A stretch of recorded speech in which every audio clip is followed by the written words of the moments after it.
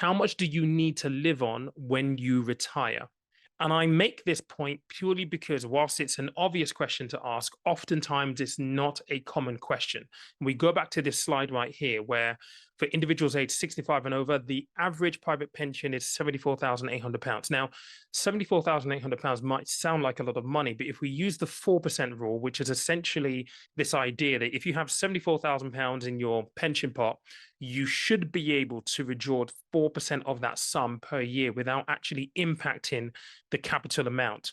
When you do the numbers, it means that it's going to generate you. So 4% of £74,800 is £2,992 a year in income. You divide that by 12, and that's £249 a month that is going to generate you. Now, I don't know who is going to be able to survive on that kind of money in retirement. So understanding how much you need, how much is you're going to need to survive when you retire is going to be really important. Now, how do you come to that number? If you own your own property, it's likely that by the time you get to retirement age that your mortgage is going to be paid off. Therefore, you're only going to have to contend with things like council tax, gas, electric, food, and some of the essentials and maybe some of the extra bits that you want. If you haven't got your own property, then you need to factor in rental numbers. So what I would do is I'll be looking at what that number looks like for you right now in the present. Now, there is an equation where you have to think about inflation. That's often a little bit difficult, but that's why your pension is invested, to help you beat inflation.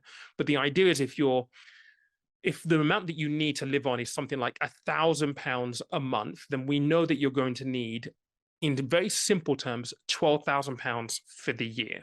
And the reason why that is important is because once you start beginning to kind of figure out how much you need in a pension pot, you're going to have a much, much clearer idea of what you need to accumulate over a period of time.